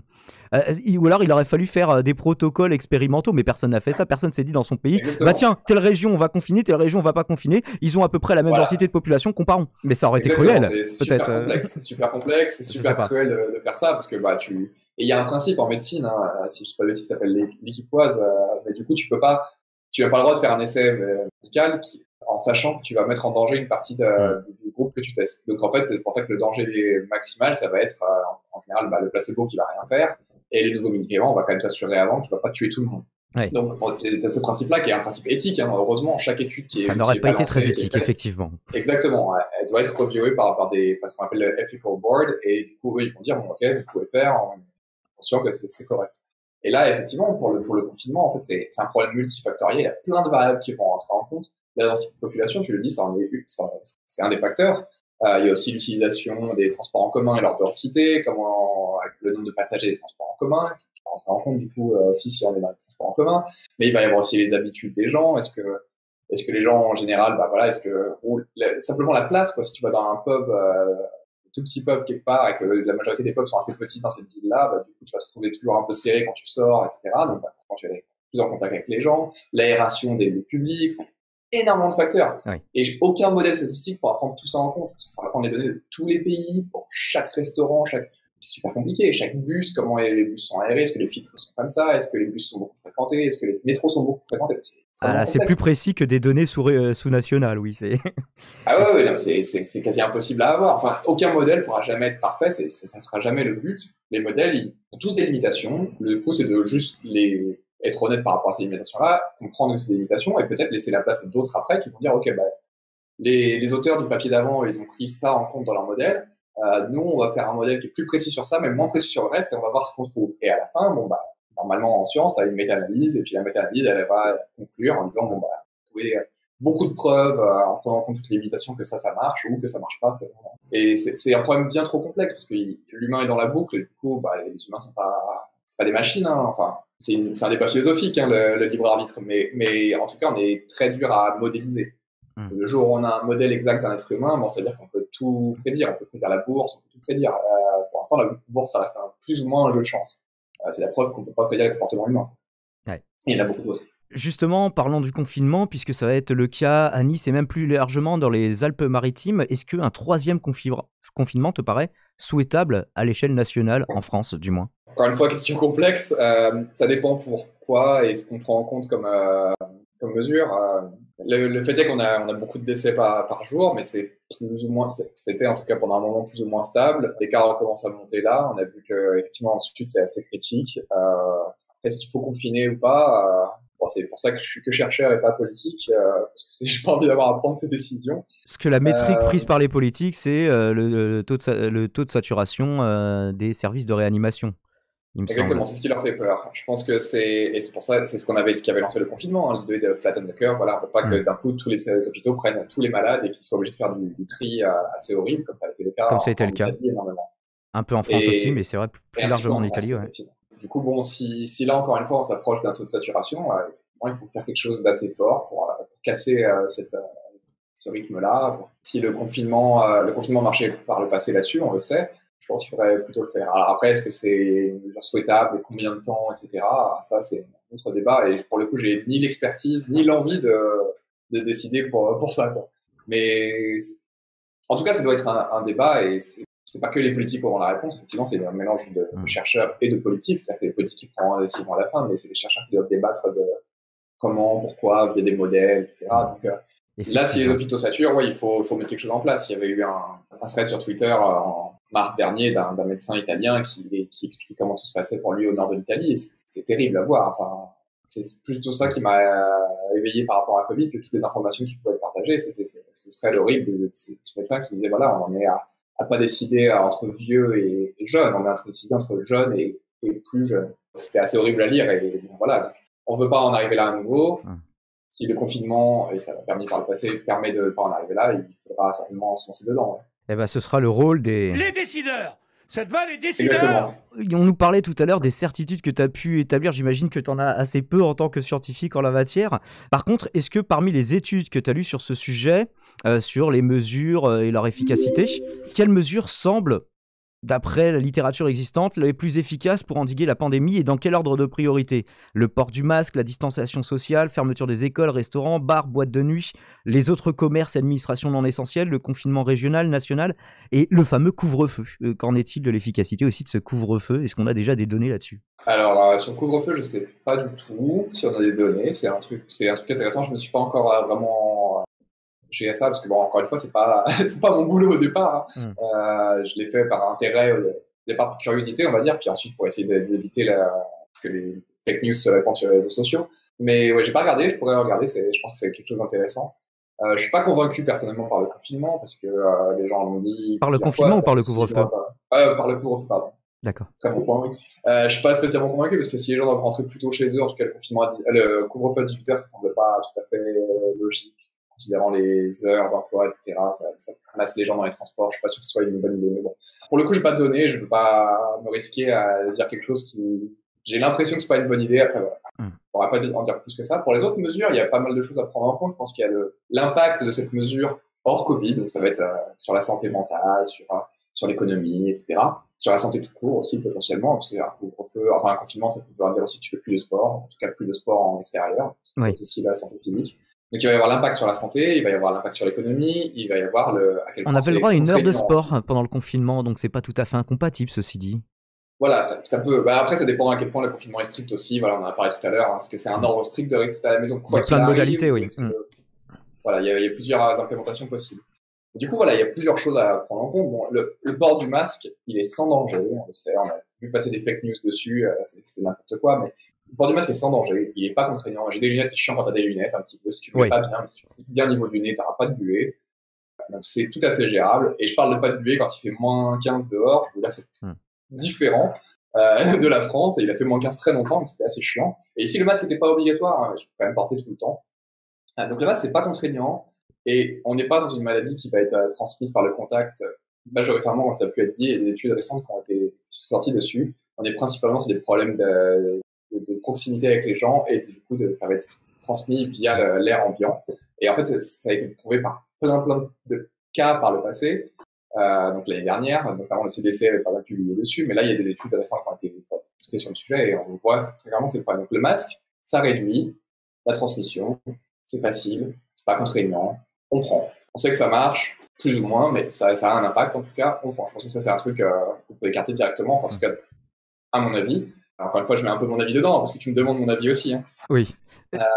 Mon avis était dans la question, puisque j'ai classé moi-même ces mesures. Ce n'était peut-être pas tout à fait innocent. Non, voilà, mais c'est pour ça, le masque, je pense que voilà, facile. Le reste, c'est plus compliqué. Éviter les rassemblements publics, les études, je crois que c'était Brunner et al. qui avait ça. Oui. Ça a un impact très très fort, notamment quand tu réduis à moins de 10 personnes pour les lieux publics, ça devient assez énorme. Ça semble vraiment diminuer le R, donc je pense que ça sera un truc plus ou moins facile. Alors, ça va faire souffrir peut-être les artistes. Quand tu dis diminuer le R, tu parles du taux de reproduction. Exactement, oui. Ah oui. Donc voilà, on sait que ça peut avoir un impact sur une catégorie de la population, mais ça marche très bien. Bon, le Brunner avait des données dessus, on peut regarder, hein, je pourrais envoyer les liens de toutes les études après si tu veux, c'est pas un souci. Celle-ci est en open access, donc c'est très facile de voir ça, ils ont un joli graphique. Voilà. J'ai l'impression que c'était comme ça que statuait Brunner et al. Justement, c'est pour ça que je l'ai classé comme ça, c'est que la distanciation sociale, le port du masque, la fermeture des écoles et des commerces non essentiels, et surtout bars, boîtes de nuit, tous les trucs où tu ne peux pas porter de masque de toute façon, donc c'est lié. C'était ça le plus efficace, et que c'était plus efficace encore que le stay at home, le confinement. Exactement, ouais, complètement. Et je pense que les écoles, il y a eu beaucoup de débats. Il y a eu une lettre publiée dans NEJM, donc New England Journal of Medicine, par une équipe de chercheurs suédois qui, eux, ont dit nous, on a regardé les données des écoles, il n'y a pas plus de transmission et pas plus de danger. Alors, nous, on a envoyé une lettre en réponse à ça. C'est pas encore publié. On ne sait pas si ce sera publié non plus, mais je peux déjà en parler un petit peu. Le souci de ces articles, c'était que déjà, ils regardaient que les données sur la première vague, donc ce qui était un petit peu limité parce qu'on avait très peu de tests. Et vu qu'il y avait très peu de tests, ils regardaient la morbidité, donc pas notamment que les décès, mais aussi les admissions en réa, etc., des enfants. Ouais, sauf que c'est pas l'objectif. Quand on veut savoir si fermer les écoles ou non, ça va aider sur le fait que le Covid se propage dans la société, on va regarder du coup si les enfants transmettent Covid ou pas. Donc, si on ferme les écoles, est-ce que ça transmet plus? Si on laisse les écoles ouvertes, est-ce que ça transmet plus? C'est ça qu'on veut savoir, en fait. Donc, ils regardaient pas la bonne mesure. Et surtout, ils ont, de façon assez hasardeuse, j'espère, omis de regarder les données récentes de l'Institut de santé suédois sur les écoles. Donc, leur lettre a été publiée aux alentours du début janvier, 2 ou 3 janvier. Mais les données de décembre, en fait, sur les écoles en Suède, c'était que les écoles sont les premiers foyers de propagation du virus, devant tout le reste. Donc, effectivement, je pense que les écoles, il y a quelque chose à faire. Comment, pendant combien de temps, ça c'est des questions. Pourtant, les écoles, tu peux rester masqué, quoi. Mais le problème des écoles, enfin moi, du coup, je n'y suis plus confronté, n'étant plus scolarisé nulle part. Mais j'ai des auditeurs qui ont des enfants qui sont scolarisés, qui m'ont dit, oui, mais la cantine, ils sont pas masqués. Ouais, il y a la cantine, puis il y a aussi contrôler le facteur enfant, la population, enfin, c'est une population de gamins dans les plus bas âges, comment tu contrôles ça, le fait que, voilà, faut garder le masque tout le temps, tu peux pas les regarder à la récré en permanence, savoir s'ils sont pas en train de se mettre des petites baffes comme ça, se toucher le visage les uns les autres. C'est compliqué, il y a plein il y a un comportement, tout ça, des mômes qu'il faut réussir à modéliser, c'est complexe, tu peux pas les contraindre en permanence non plus, donc, et les enfants sont eux-mêmes moins touchés, mais par contre, aucune donnée n'exclut le fait qu'ils puissent contaminer. Donc, Exactement, et surtout, et c'est ce que disent certains, on ne sait pas l'impact long terme que ça va avoir sur eux, parce que s'ils sont asymptomatiques plus que les autres, bon, très bien, hein, mais ça ne veut pas nécessairement dire qu'ils seront tout le temps asymptomatiques, qu'il n'y aura aucun dégât nulle part, ou alors ceux qui sont juste un tout petit peu malades, est-ce que ça ne va pas finalement les impacter pendant un moment? On ne sait pas. Et la question, c'est est-ce qu'on peut prendre le risque, quoi? Je sais qu'ici, j'avais aucune obligation. Bon, j'ai quand même porté mon masque en permanence. J'ai limité toutes mes sorties. J'avais plus de bar, plus de restaurant, rien, alors que c'était ouvert. Hein. Oui. Je sortais pas. Je suis resté chez moi. Je me suis auto-confiné. J'étais avec 4 colocs. Voilà, on s'est auto-confiné pendant 6 mois avec rien, aucune sortie. Alors après, voilà, on était dans une petite ville à l'époque. J'étais pas à Stockholm, j'étais dans une autre ville. On pouvait prendre le vélo le soir et puis aller se baigner dans un lac parce qu'il y avait plus personne. Donc c'était facile mentalement malgré tout, mais voilà, j'ai pas voulu prendre de risques parce que Covid, ça s'en mettra quand même de gros risques sur la santé long terme potentiellement, on sait pas. En l'occurrence, Stockholm a particulièrement mangé par contre. Ouais, Stockholm, évidemment, c'est malgré tout de faible densité de population comparé à Paris, mais c'est quand même très dense par rapport au reste de la Suède. Voilà, il y a 1/10 de la population qui vit à Stockholm, c'est pas rien. Hein. Il y a eu 3 fois plus de cas juste dans la ville de Stockholm que dans toute la Norvège et la Finlande réunies. Ouais. Ce qui est quand même assez fou, hein, mais... Effectivement. Il y a plein de données assez dramatiques quand tu compares aux voisins, c'est assez triste. Enfin, on peut voir que la Finlande et la Norvège, eux, ils sont jamais repassés sur des cas critiques. Enfin, ils ont eu un début de première vague qui a été très vite cassé, puis après, ils n'ont jamais vraiment eu de deuxième vague. Avez-vous conscience que le masque est très néfaste pour tout le monde, mais surtout pour les enfants? Selon quelles données, Altenapo? Parce que toutes les données, c'est pareil. Sur ma vidéo qui répondait à Jean-Jacques Crèvecoeur, j'ai mis un regroupement de données. Alors à l'époque, j'ai fait ça en mai, mais il doit y en avoir encore bien d'autres depuis. Un regroupement de données qui statuait justement sur l'efficacité des masques et sur sa non-nocivité, évidemment. C'est un truc qu'on a vu partout sur les réseaux sociaux, hein, la nocivité des masques. Alors, bon, c'est tellement nocif, on sait tous que tous les médecins, chirurgiens et autres, ils meurent à 50 ans. Hein. On l'a tous vu, non? Ah non, peut-être pas. Du coup, bon, voilà. Alors après, les gens vont dire, oui, mais sur les enfants, c'est différent. Alors moi, j'aimerais comprendre en quoi exactement ça peut être différent sur un enfant. Est-ce que ce système respiratoire est celui d'un animal un peu différent d'une autre? Je comprends pas. Il y a aucune nocivité du masque sur les enfants prouvés, réellement. Il y a eu beaucoup de faux reportages et de faux cas et témoignages d'enfants qui font des malaises, qui font ceci, qui font cela. Oui, bon, après, voilà, hein, un enfant qui fait un malaise, avec ou sans masque, c'est un enfant qui fait un malaise. Si on arrive à en voir beaucoup plus d'un coup, on voit une augmentation statistique, très bien, on pourra discuter, mais pour le moment, ça semble pas être le cas. Et les anecdotes du type... Le masque provoque de l'inconfort, un inconfort peut créer un malaise, mais bon, de là à dire que le masque est dangereux pour la santé, ça me semble un petit peu... La question, c'est après où est-ce qu'on s'arrête. Moi, mes vêtements, ils me posent un inconfort. Du coup, est-ce que je sors à poil de chez moi? Enfin, je te conseille pas en Suède. Non, effectivement, il fait très très froid. J'aurais l'air ridicule. mais voilà, il y a plein de... Oui, c'est pas spécialement confortable. Ça fait un peu mal aux oreilles. Après, voilà, il y a des masques qui se portent un petit peu différemment, qui sont plus faciles à porter. C'est clair que c'est pas idéal, mais bon, en Asie... Il faut les porter moins de 4 heures. Effectivement. Il faut les porter moins de 4 heures, effectivement. Il faut les porter correctement aussi, hein. Mais voilà, en Asie, tout le monde porte des masques et on n'est pas en train de... Et depuis des années, bien avant Covid, enfin, J'ai vécu à Hong Kong pendant un an, et si t'as le malheur de tousser dans un ascenseur et que t'as pas de masque, même si c'est parce que t'avais de travers, les gens te disent un regard noir. Ah Euh, oui. c'est juste que tout le monde dit comme ça, enfant par enfant, il n'y a pas de différence, et ils ont jamais eu de report sur le scientifique ou autre pour dire, oh, les masques, c'est pas terrible pour les enfants, quoi. Scientifiquement, ça semble pas valable. Ma question, justement, ma prochaine question s'adresse aux scientifiques et surtout potentiellement à l'amoureux des statistiques. Qu'est-ce que tu penses de l'appariement des scores de propension supposés rendre les données d'une étude presque aussi fiables que celles obtenues à l'aide d'une randomisation? Et quelles seraient les limites de cette méthode, si tu t'es déjà posé la question? Je me suis pas posé la question et je pense pas avoir les compétences réellement pour te répondre là-dessus. Faudrait demander à des vrais purs statisticiens, je pense, qui sont plus à même de répondre que moi. Bah, je Et l'ai fait, ils d'autant n'ont pas plus pu que je me me suis pas répondre du non tout plus. posé la question. Non, c'est vrai?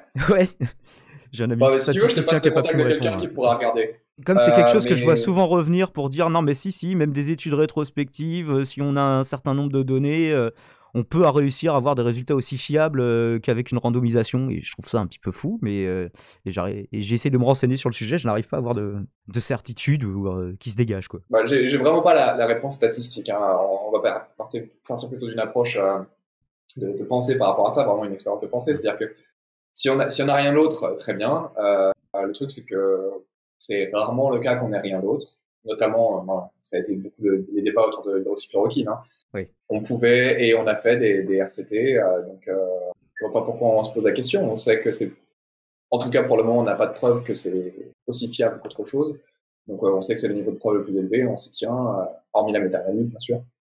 Donc on s'y tient et puis c'est tout, quoi. Ah, Alors après, ouais. il semblerait qu'il y ait des nouvelles façons de faire la randomisation encore plus fiables que celles qu'on connaît actuellement en double aveugle simple. Et justement, il y a un peu d'appariement aussi, donc c'était une question qui permettait une ouverture là-dessus. Je pense qu'il faut demander à des biostats, hein. Je pense que c'est les plus à même de répondre. Les biostatisticiens, c'est vraiment leur boulot, quoi, de regarder les protocoles d'études médicales. Donc, je pense qu'il faudrait demander à des biostats. Deux de mes co-auteurs sont biostatisticiens. On a écrit un papier ensemble sur la transparence de la recherche Covid. Je peux les contacter si tu veux pour une potentielle réponse. Je sais pas s'ils ont du temps ou autre, mais je peux les contacter. Est-ce que tu aurais des conseils à donner à nos auditeurs pour jauger de la pertinence d'un ensemble de données, voire d'une étude, d'une manière générale, pour faire un peu de vulga? Ouais, on m'a déjà posé cette question. C'est une question super complexe, mais elle est vraiment intéressante. Je pense que c'est un des trucs les plus intéressants en ce moment, en fait. Et actuel, oui. Et c'est très difficile de dégager des critères objectifs qui vont marcher tout le temps. Je pense que ça n'arrivera pas. On n'aura jamais une mesure comme ça, on pourra dire, ah non, cette étude. Mais on peut tenter plusieurs trucs pour essayer déjà d'éliminer un petit, au moins de dégraisser un petit peu le truc, quoi. C'est-à-dire que on va prendre toujours, l'idée c'est de toujours prendre tous les résultats d'une étude, notamment si elle est reliée par la presse ou un communiqué de presse de l'université, avec un petit peu de défiance. C'est-à-dire que souvent, l'organisme de presse de l'université ou l'organisme de presse qui publie sur la recherche, à la fin, donc que ce soit Le Monde ou autre, hein, ils vont vouloir vendre ça. L'objectif, c'est d'avoir du clic sur l'article pour que les gens lisent ce qu'il y a dessus, que les pubs marchent, etc., etc., etc. Donc toujours essayer de se dire, voilà, ils survendent forcément un petit peu, c'est sûr et certain. Donc ça, c'est un truc que j'applique moi-même tout le temps, hein. C'est-à-dire que quand je vois une étude à montrer que, je me dis, ok, je vais aller lire l'étude, j'apprendrai probablement plus. Mais c'est vrai que le bagage sensationnalisme des grands médias a contribué à cette désinformation autour de la science, oui. Oui, tout à fait, tout à fait. Des grands comme des petits médias, parce que tout le monde recherche plus ou moins une popularité, du coup, de l'argent, voilà. Et effectivement, ça a joué énormément là-dessus. Et c'est le truc qui est très dommage. Mais effectivement, tout le monde n'a pas les moyens de lire et de comprendre les publications. Moi-même, hein, je ne peux pas les comprendre toutes les publications que je lis, hein. Tout n'est pas de mon domaine. Il y a des choses, parfois, où je suis complètement largué. Et je me dis, bon, bah là, je vais être obligé de faire confiance à ce que les auteurs disent dans l'abstract, parce que c'est le seul truc que je peux à peu près lire. Mais voilà, si on a les capacités, évidemment, essayer de regarder la publication. En tout cas, toujours regarder qu'il y avait une publication derrière l'article. Si l'article n'envoie aucun lien vers la publication, c'est déjà un petit peu bizarre. L'article de presse, j'entends. Oui. Alors après, voilà, est-ce que l'étude est fiable ou non? On est dans du personnel, hein, c'est pas de l'objectif, c'est pas que ça marche pour tout le monde. Moi, ce que je regarde, c'est est-ce que tout est disponible de façon plus ou moins transparente? Est-ce que les données sont quelque part? Oui ou non? Est-ce qu'elles sont publiques? Oui ou non? Alors, toutes les données peuvent pas être publiques, hein, faut aussi en être conscient. Les données médicales, notamment, c'est assez problématique. Mais voilà, c'est des choses qu'on peut regarder. Est-ce qu'on a accès aux données? Oui, non. Est-ce que le protocole, si c'est une étude, est-ce que le protocole a été préenregistré? Donc, préenregistré, c'est-à-dire que les auteurs de l'étude, avant de lancer l'analyse statistique, ils ont dit, on va récolter ces données-là et faire cette analyse-là des données. Parce que s'ils ont fait l'inverse, s'ils ont d'abord récolté les données et qu'ils n'ont pas planifié ce qu'ils allaient faire, ils peuvent reporter plus ou moins n'importe quoi dans l'article. Ils peuvent regarder plein de trucs. Ah tiens, on voulait regarder ça, mais ça marche pas. on va écrire sur autre chose. Et ça, en fait, ça rend l'étude moins fiable. Et donc, il y a un truc qui s'appelle la pré-registration, qui est du coup l'idée de, avant d'avoir les données, mettre sur un site qui est figé dans le temps, c'est une page figée dans le temps, on ne peut plus la modifier, quelle étude on veut faire, quelle analyse on veut faire, qu'est-ce qu'on va mesurer, etc. Exactement. Et donc, si ça a été fait, déjà, c'est en général un petit peu plus fiable. En tout cas, dans mon esprit, moi, je me dis, OK, bon, c'est un peu plus rigoureux, c'est plutôt cool. C'est quasiment tout le temps fait en médecine, c'est pas fait dans tous les domaines.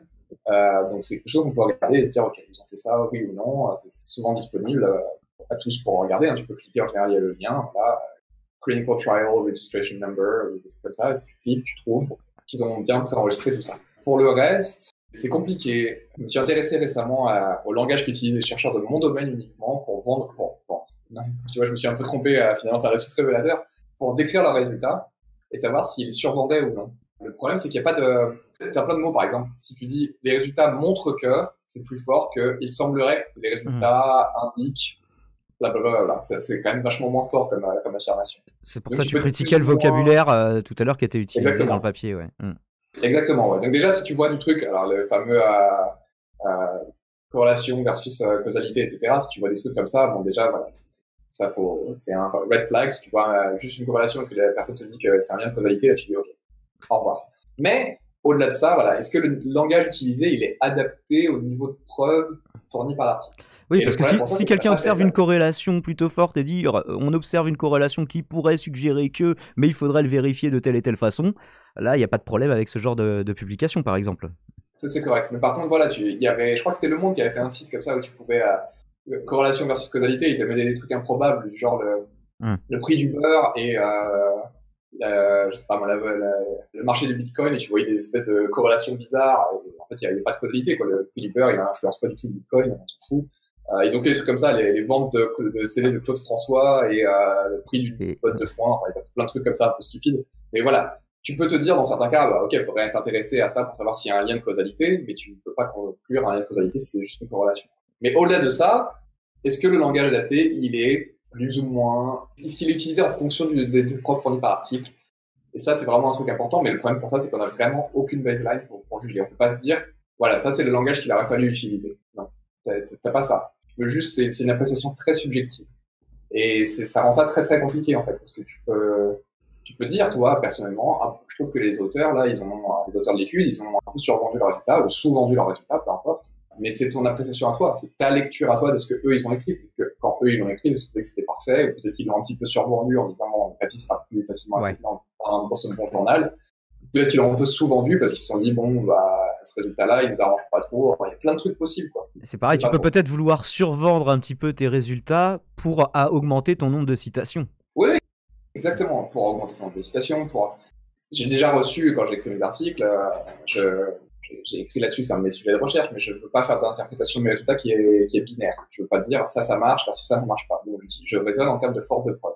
J'ai obtenu de fortes preuves que ça marche, j'ai obtenu des preuves que ça marche, des preuves assez faibles, des preuves très faibles, etc., etc. Quand je soumets cet article-là, de temps en temps, j'ai la réponse des relecteurs, des gens qui sont dans le travail comme le mien, je le fais pour d'autres, hein, c'est de regarder mon article et de dire, bah, cet article-là, il est bien pour être publié ou non.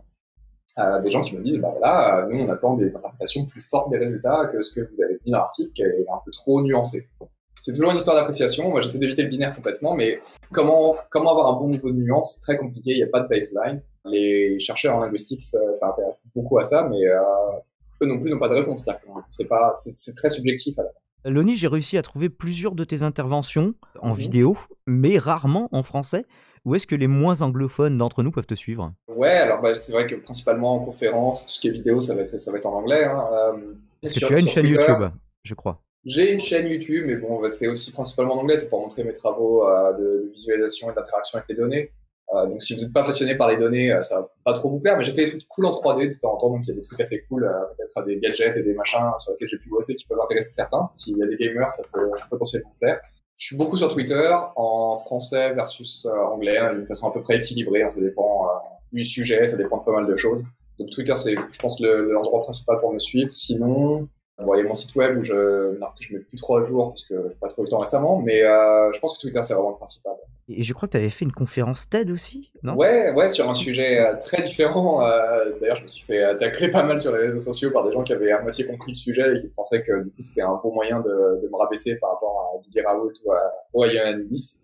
Mais ouais, j'avais donné un TEDx en Suède, ici, du coup, sur un sujet de comment rendre les images choquantes, moins choquantes, mais tout aussi informatives. Donc, c'est-à-dire, on a pris l'exemple d'image de chirurgie, parce que c'est quelque chose qui est assez simple, parce que t'as toujours ce trade-off bizarre, tu vois, tu veux que, quand t'as une image choquante, tu veux quand même, il y a une information dedans, mais tu veux la rendre moins choquante, mais garder l'information. Et l'image de chirurgie, c'est l'exemple parfait, parce que les chirurgiens, quand s'ils t'expliquent un truc avec une image, ils veulent pouvoir pointer à des éléments particuliers, mais ils vont vouloir aussi, donc il faut que l'information soit là, mais toi, en tant que patient, t'as pas envie de voir tes boyaux sur une image. C'est sûr. Moyen. Et du coup, on a regardé si on pouvait faire ça de façon automatique, en fait. Est-ce qu'on pourrait avoir un plugin Google Chrome qui fait ça? On a regardé plusieurs techniques, qui sont des techniques de processing d'images qui existent dans la littérature informatique. Et on en a sélectionné quelques-unes, après un entretien avec des chirurgiens.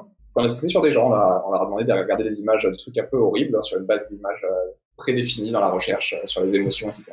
D'accord.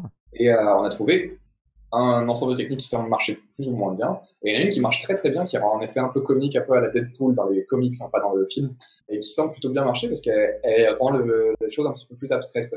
Les gens restent détachés de ce qu'ils nous disaient. Un petit échantillon de participants, parce qu'on n'est pas en médecine, donc on avait 36 et quelques participants, je crois. Et les gens nous disaient qu'ils arrivaient un peu plus à se détacher parce que ça semblait moins réel. Et l'information, elle est malgré tout là, parce qu'il y a le contour au crayon qui est quand même accentué, etc. Donc en fait, ça fait un espèce de petit flou, plus malgré tout le contour de crayon, et ça rend ça moins réel. Les gens ont apprécié ça pas mal, donc on a présenté un article dessus, puis il y a eu le TEDx qui est arrivé, parce que c'est une question de société un petit peu. Si on regarde le boulot des modérateurs sur Facebook, ou Twitter, ou YouTube ou autre, c'est des gens qui vont être payés, souvent dans des pays où on n'est pas payé très cher à l'heure, à regarder des images horribles, ou des vidéos horribles, parce que c'est du contenu qui est signalé en masse, de trucs bien dégueux souvent, donc des meurtres, des viols, des agressions physiques, de pouvoir les détecter plus facilement sans forcément être aussi choqué, quoi. Oui, c'est. Nous, on voulait qu'ils puissent, exactement, regarder, parce que leur boulot, c'est juste de dire, est-ce que cette image-là, est-ce que ce média, c'est un média, il est OK pour la plateforme, en fonction des lois et en fonction des règles de la plateforme, Facebook ou Twitter ou autre. Pour ça, ils doivent regarder l'ensemble du contenu, ils sont obligés de regarder l'intégralité. Par exemple, c'est OK de poster une vidéo de quelqu'un qui s'immole sur Facebook, c'est OK s'il y a un message politique derrière. C'est autorisé. La loi l'interdit pas. Mais voilà, donc la personne, si toi demain tu vois ça sur Facebook, tu dis ah putain c'est dégueulasse, c'est horrible comme image, je veux pas voir ça, tu flagues ça pour que les modérateurs regardent, les modérateurs ils vont regarder ça, ils vont dire ah bah ouais, mais nous on a les lois de Facebook, enfin les règles de Facebook, la loi ils savent très bien que ça passe, les règles de Facebook là ils disent que c'est ok, donc boum, ils valident. Et du coup ils font ça toute la journée, et nous on voulait rendre ça potentiellement un peu plus facile pour eux, mais aussi pour des cas d'utilisation d'utilisateurs comme toi et moi en fait. Si t'es un gamin allemand et que tu tapes crocodile dans Google en allemand, tu tombes sur des images de la drogue crocodile. Ah oui. C'est pas cool. C'est des effets de détérioration sur le corps assez horribles, oui. Exactement, donc c'est des images plutôt choquantes, et donc on s'est dit, ok, et même si tu vas sur Wikipédia, tu vas avoir du contenu choquant très très facilement, si tu as des noms de chirurgie ou des noms d'organes, même tu peux trouver des trucs assez graphiques, quoi. Et Wikipédia a une politique de zéro censure, c'est-à-dire que c'est ok de poster du contenu sexuel ou graphique à partir du moment où ça éduque la population. Voilà, c'est leur politique à eux, que moi je trouve très bien, mais du coup faut être conscient de ça. C'est le principe des images qu'ils mettent sur les paquets de cigarettes, ceci dit, des fois choquer est une volonté. Exactement. Et ça peut informer, choquer, ça a un but informatif très souvent. C'est le cas aussi des éditeurs de news, qui vont parfois mettre des images assez horribles de crash d'avion, d'accident de voiture, parce que ça va alarmer les gens, parce que ils vont s'en rappeler, parce que c'est important, les images de guerre, etc. Et donc nous on s'est dit ok, est-ce qu'on peut faire quelque chose pour ça? On a trouvé une technique qui marche, et on a fait un plugin sur Google Chrome qui fait ça. Et donc le but du TEDx c'était un petit peu de provoquer par rapport à ça. Donc on a parlé pour ceux qui ont regardé Black Mirror, il y avait l'épisode d'Archangel où c'était une petite fille qui avait une puce dans la tête et tout était censuré par sa mère, etc. Et puis ça avait des conséquences catastrophiques parce que c'est Black Mirror. Mais voilà, c'est un peu l'idée. Donc le plugin s'appelle Archangel aussi. Il est en ligne, c'est une version un peu bêta, mais je cherche pas à faire de l'argent ou quoi que ce soit, c'est juste pour tester et c'est intéressant. Mais si ça intéresse des gens, n'hésitez pas à me contacter, vous pouvez trouver tout en ligne. Là, ça rejoint presque la cognitique sur le coup, Ouais, exactement. On a beaucoup lu d'articles, notamment de mes co-auteurs, Pierre a beaucoup lu d'articles sur la perception d'images, de vidéos, etc. Et on a testé aussi sur des vidéos avec des chirurgiens et ça semble fonctionner aussi. Ils gardent les détails malgré l'utilisation de la technique. C'est quand même plutôt cool. Alors le plugin aujourd'hui, il marche pas sur les vidéos parce que c'est très compliqué de faire du processing de vidéos, ça demande beaucoup de ressources et on peut pas faire ça dans le navigateur parce que c'est trop lourd. Mais on peut le faire pour toutes les images. Donc là, le plugin, la version actuelle, elle transforme toutes les images automatiquement. On est en train d'essayer, dès qu'on rentre pas un peu de temps et d'argent et peut-être d'étudiants de master et autres, de faire une version qui va détecter le contenu choquant à l'avance pour appliquer que sur le contenu choquant en fonction de ce que l'utilisateur veut. Est-ce qu'il veut bloquer les images de chirurgie, par exemple, ou bloquer la nudité, ou bloquer les images sanglantes, quelles qu'elles soient, etc. Donc tu pourras un peu paramétrer tout ça en tant qu'utilisateur. Mais pour le moment, on n'a pas une version qui marche réellement de ça. On a pris une lasagne, du coup, comme image de chirurgie exemple, parce qu'on voulait pas mettre d'images horribles dans le papier. Justement. Et du coup, tu vas avoir une lasagne transformée avec notre technique. Oui, on dirait presque du cel shading. Oui, c'est parce qu'il y a le décalage du live, du coup. Ouais, effectivement, ça ressemble vachement au cel shading, ouais. Ça ressemble vachement. Beaucoup de gens nous ont dit ça après coup, mais effectivement, ça ressemble à ça. C'est un nom plus compliqué que ça, hein. C'est un nom technique un peu horrible, mais ça ressemble à du cel shading.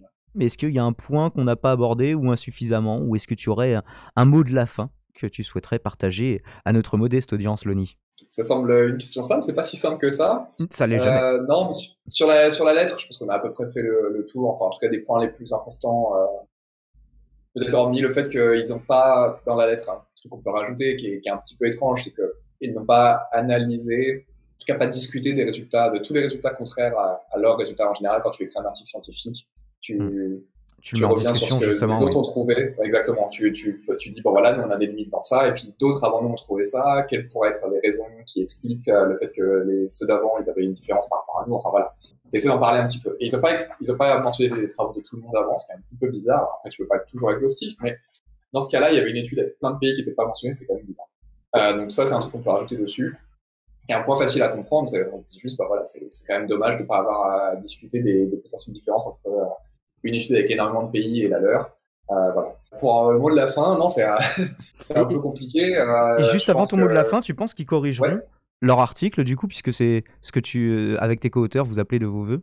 On espère au moins qu'il y aura une réponse publiée. C'est-à-dire que c'est compliqué de corriger un article, parce qu'une fois qu'il est publié, il est censé être non modifiable. C'est très compliqué. Ouais, parce qu'il a déjà été validé, oui, du coup. Oui. Exactement. Et du coup, les éditeurs, enfin pas les éditeurs, mais les sociétés qui publient les journaux et les articles ont des politiques très précises sur les corrections, etc. Mais c'est possible de corriger un article. C'est juste un peu compliqué. Mais on espère que peut-être, c'est certainement le plus simple, ils publieront une réponse à ça pour dire, pour simplement répondre au point qu'on a mentionné et dire si déjà il y a quelque chose qu'on a mal interprété nous, hein, c'est toujours une possibilité, quelque chose qu'on n'a pas compris dans leur étude. Voilà, l'erreur est humaine, hein, et c'est l'objectif, c'est une discussion. Hein. Donc on espère que peut-être qu'il y a quelque chose qu'on a mal compris, voilà, c'est qu'ils nous le disent. Mais au moins si c'est pas le cas, si nos points sont réellement valides, qu'ils nous disent pourquoi telle ou telle chose ont été omises et comment ils changeraient leur conclusion en vue de ça. Ce serait déjà intéressant. Je te laisse un mot de la fin, du coup, si tu en avais un, étant donné que je t'ai coupé l'herbe sous le pied. C'est difficile, mais on va pas rester sur le sujet Ioannidis, parce qu'il n'y a pas que ça. Je pense qu'il faut éviter, si on veut avoir des débats intéressants sur ces questions-là, je pense que j'étais pas mal sous les feux avec ça. Hein. L'argument d'autorité, ça marche pas. C'est pas un argument de dire que quelqu'un qui est très connu et très bon a dit ça. C'est peut-être un peu plus fort que de dire que c'est ma grand-mère qui l'a dit, mais pas beaucoup plus. Utiliser des arguments d'autorité en permanence, ça nous emmènera jamais très très loin. On sait qu'il y a un coût au confinement, un coût économique, un coût de santé mentale, etc. La question n'est pas de le nier ou de pas le nier, hein. C'est juste que pour le moment on n'a pas réellement beaucoup de données dessus, parce que la santé mentale c'est aussi sur le long terme. Donc, du coup, la question elle est dans est-ce que ça vaut le coup, comment ça vaut le coup, combien de temps on peut l'avoir en place, etc. Et donc il faudrait que les gens soient un peu plus mesurés sur là-dessus, je pense, quand ils veulent en débattre. Et pas oublier qu'il y a des humains derrière. Je sais que j'ai beaucoup de collègues ou d'amis sur Twitter qui fatiguent des... C'est pas que des données, oui. Ouais, voilà. Il y a des gens qui meurent de ça, malgré tout ce que tout le monde peut dire. Il y a des gens qui meurent de Covid. Il y a des gens qui sont très malades, il y a des gens qui sont malades très longtemps. Personnellement, je l'ai eu aussi, donc je peux dire que j'ai été malade à un moment. Voilà. Et les gens qui, derrière, se disent... Enfin, faut être aussi réaliste. Hein, ça ne fait pas plaisir. Un confinement, ça fait plaisir à personne. Hein. On l'a dit tout à l'heure, je suis pas payé par Big Pharma, je pense qu'ils me paieront jamais. Ça me fait pas plaisir d'être confiné, ça me fait pas plaisir non plus d'être coincé en Suède et pas pouvoir aller prendre mon nouveau boulot en Australie en attendant, de vivre à côté de la plage et de pas avoir d'histoire de Covid puisqu'ils en sont débarrassés. J'aimerais bien être en Australie actuellement, mais bon voilà, s'il faut confiner, s'il faut que je commence mon boulot plus tard, et c'est le cas déjà, bah je le fais plus tard, et puis c'est tout. C'est pas... Au bout d'un moment, c'est des inconvénients, mais bon bah il y a toujours une balance bénéfice-risque et il faut la prendre en compte. Pas oublier que c'est des humains dans la loupe, un petit peu partout. Hein. Ceux qui prennent des décisions, c'est des êtres humains. Ceux qui publient leurs données, c'est des êtres humains. Les gens qui décèdent, qui sont malades, c'est des êtres humains. Donc bon, faut garder tout ça en tête quand on essaie de débattre en ligne. C'est pas facile. Les réseaux sociaux sont très polarisants, donc c'est difficile, mais ça serait bien. On n'est pas tous d'accord sur le moindre mal, mais on est tous d'accord pour dire que c'est ce qu'il faut rechercher actuellement. En tout cas, momentanément. Exactement. Donc c'est pour ça. Mais oui, effectivement, ne pas se limiter à un argument d'autorité et justement garder ça en tête et ne pas se dire oui voilà il y a quelqu'un qui dit quelque chose avec lequel j'aimerais, enfin je suis en accord et j'aimerais que ce soit vrai et c'est quelqu'un qui n'est pas n'importe qui, ça ne suffit pas en fait pour savoir si c'est vrai. Et exactement, je pense que ça résume bien toutes les dérives qu'on a vues pendant cette pandémie autour de la science. Pas mal en tout cas, ouais. Un bon paquet. Malheureusement. En tout cas, c'est ma personnelle. Mais je te remercie infiniment, Loni, pour ta venue dans cette émission. Et à vous qui regardez la rediff, bah, je vous remercie d'avoir regardé cette vidéo. Je vous mettrai les sources s'il y a besoin dans la description. Et abonnez-vous, likez, partagez, commentez, évidemment, pour encourager ce genre d'initiative.